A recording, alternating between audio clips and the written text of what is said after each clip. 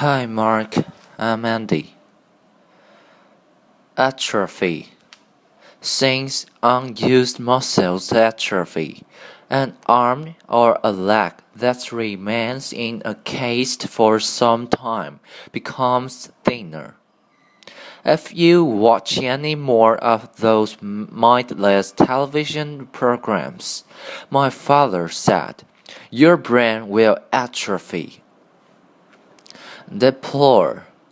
Burning deplored his co-workers' habits of taking home paper clips, scotch tape, pens, and stationery from the office, a practice he felt was dishonest.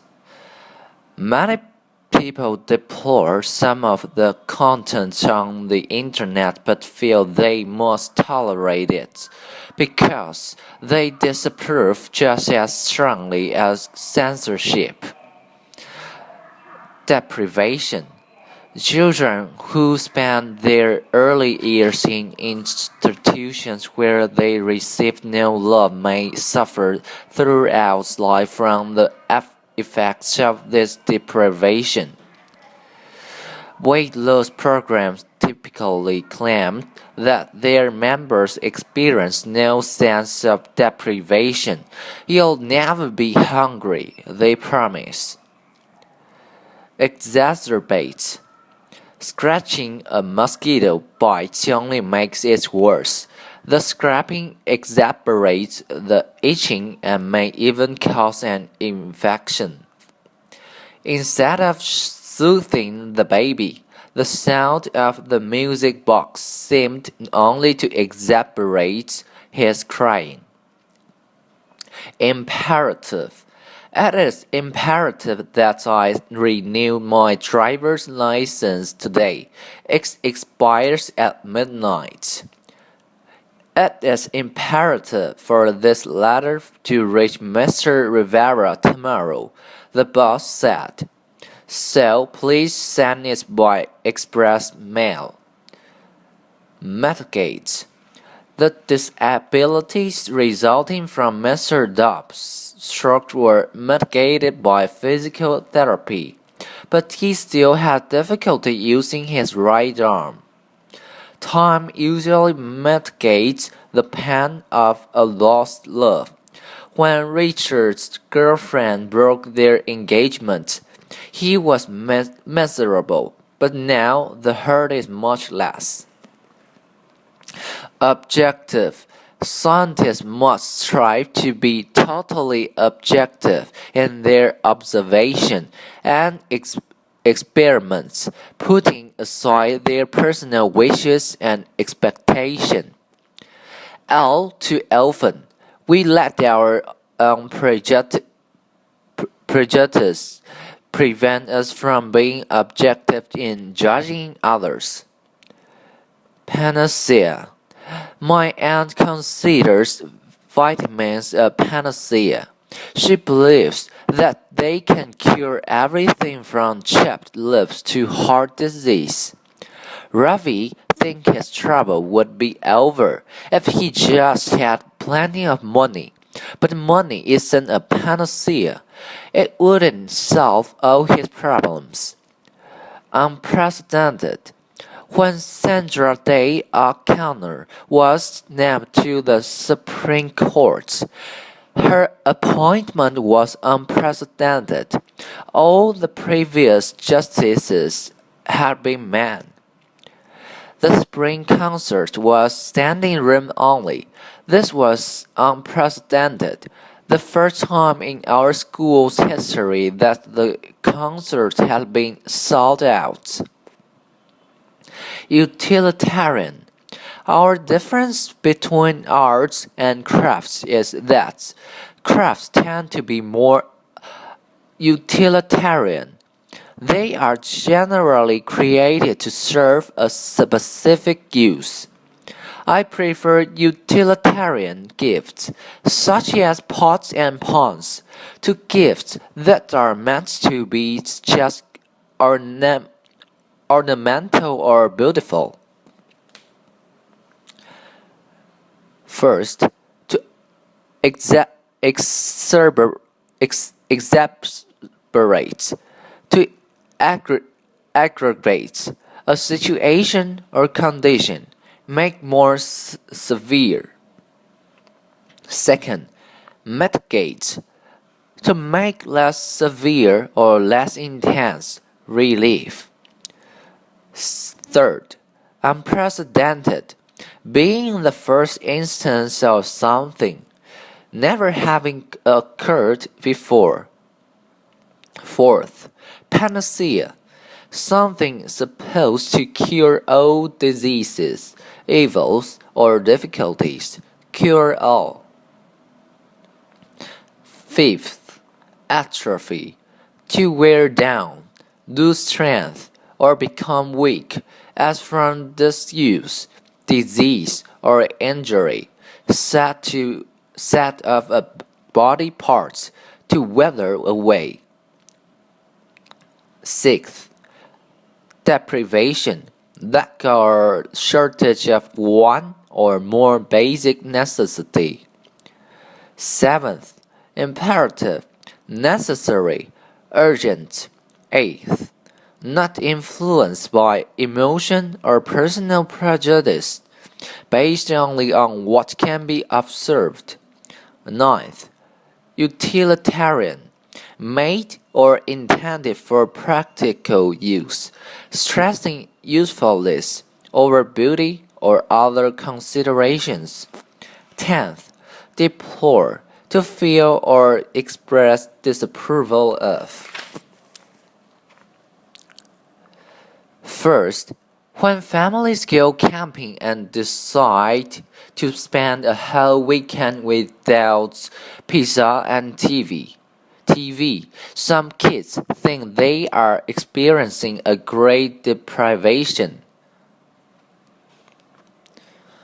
Second, the last time I had a migraine headache, I tried dropping a cold, wet cloth over my eyes to mitigate the pain and nausea, but they only got worse.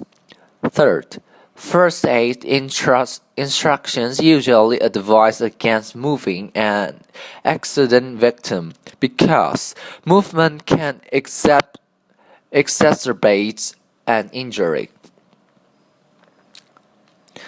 Fourth, the election of John F. Kennedy, a Catholic, to the presidency was unprecedented in American history. He was the first Catholic president.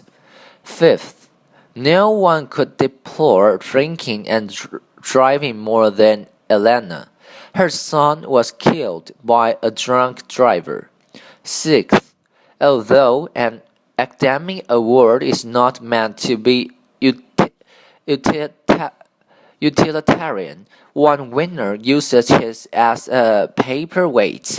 Seventh, if you find it difficult to be objective about your own writing, try asking a classmate to read it and give you an unbiased opinion.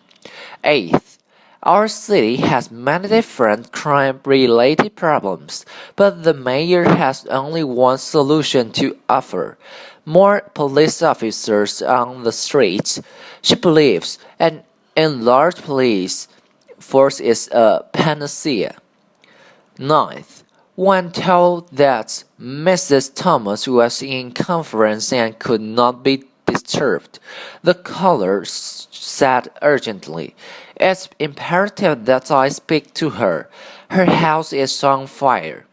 In Burma. 10th, in Burma, some women lengthen their necks by stretching them with copper coils. This practice damages the muscles, causing them to atrophy. They become thin and weak. First and second, Hands Across America was a fundraising effort to help mitigate hunger in regions where deprivation was widespread.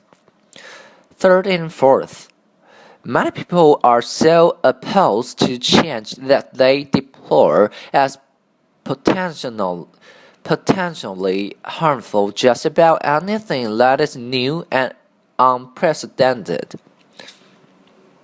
Fifth and sixth, it's hard to know what treatment is optimum for a sprained ankle. Working on the ankle can exacerbate the injury, but if you don't work on it for a long time, the muscles will start to atrophy.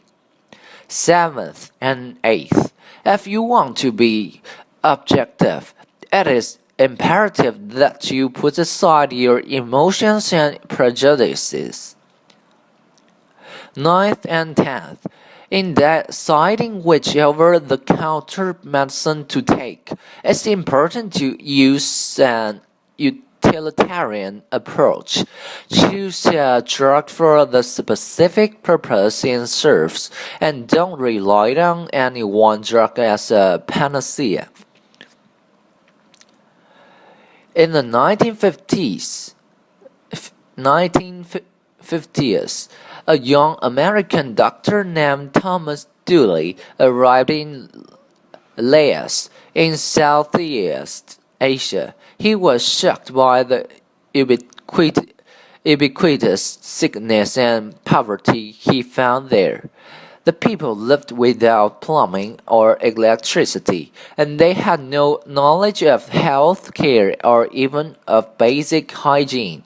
For example, one boy with an infected leg had been told not to walk at all, which caused both of his legs to atrophy. The people's lack of knowledge was exacerbated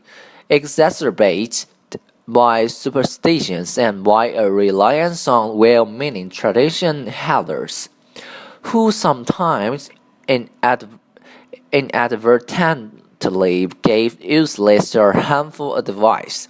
They might, for example, advocate pig grease for a burn or treat a fracture by chanting.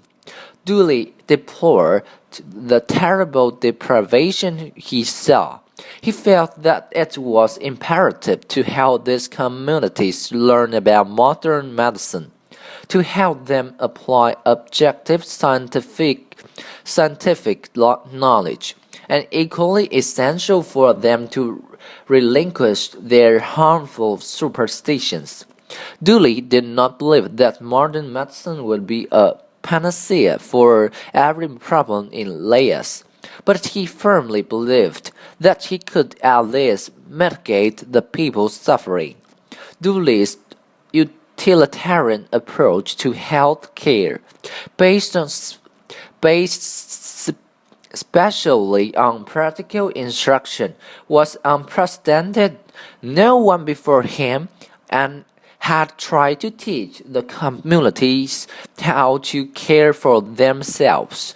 Dooley believed that teaching was an integral part of medical care, that it was useless to treat symptoms and allow the causes to continue.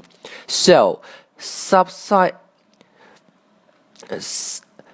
subsidized by local governments, he set up hospitals and taught the rudimentary principle of hygiene, nursing, and medical treatment.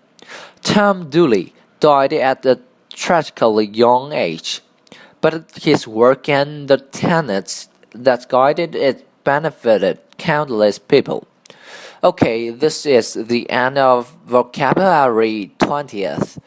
Thank you, Mark. Bye.